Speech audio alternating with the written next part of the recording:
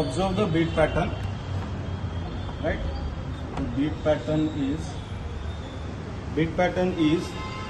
0 1 0 0 1 0 1.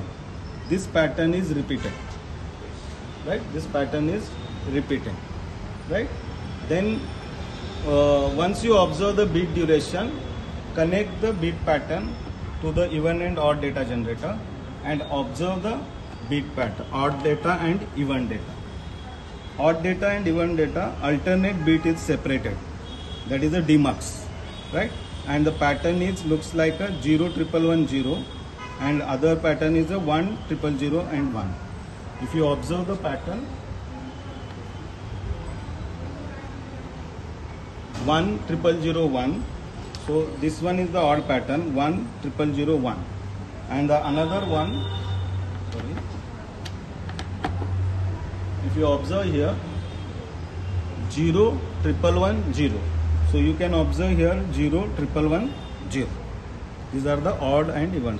Now once you generated odd and even data generator, we need to observe the carrier. In QPSK we need two carriers, sine and cos, because we need a two carrier having the 90-degree phase shift or the orthogonal basis function. So observe the carrier frequency sine, adjust the time per division neatly, and you can see the carrier frequency, right? Measure the carrier frequency, amplitude and voltage peak to peak. So what is the frequency? Frequency is a 15.60. FC is a 15.60 kilohertz, around 60 or 75 kilohertz, right? Same. And what is the peak to peak amplitude? 720 millivolt, right? Cos, if you observe the cos, it will not change anything. So amplitude and the frequency is a constant. Now once you observe the carrier frequency, you have to connect the odd data to the odd multiplier. Internally sine basis function is connected. Now you have to connect the even data to the even multiplier, input to the even multiplier. Cosine carrier is connected internally, so no need to connect externally. Now you can observe the BPSK signal here. Let's say observe the BPSK signal. So you can see the phase difference, right? Wherever the beat is changes, you will observe the phase difference. If you want to see neatly, then you can connect the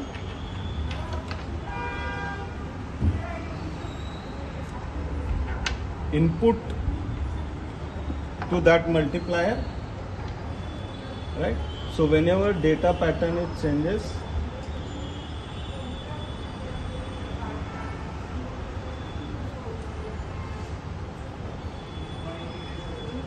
so you can see where the data pattern it changes, phase is changing.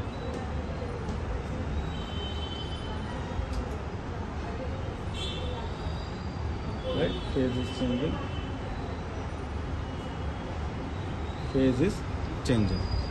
To observe the at point A and B corresponding BPSK signal, you can observe the QPSK signal output of this adder, right? So you will observe the QPSK signal, right? You can observe the phase shift, right? Are you observing the phase shift, right? So this is the QPSK signal. So now we don't need this one symbol one. This is the QPSK signal. So in this external will ask what is the phase difference. So it is a 90-degree phase shift. Prove it. So how to prove it? That one. So you have to connect the any one carrier frequency, either sine or cosine, to the channel 2, and channel 1 you have to connect the QPSK signal and keep the magnitude same of both. Amplitude is same. Then go to the menu, then press the soft key XY. Then you can observe this Lissajous pattern. This Lissajous pattern prove that there is a, it will start from the pi by 4 and the phase shift is 90 degree. Getting?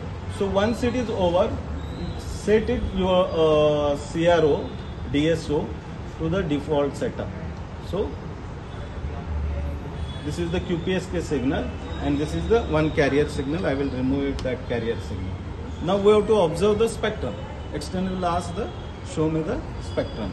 So spectrum, you just adjust the neatly that amplitude of this voltage per division, then go to the max, right?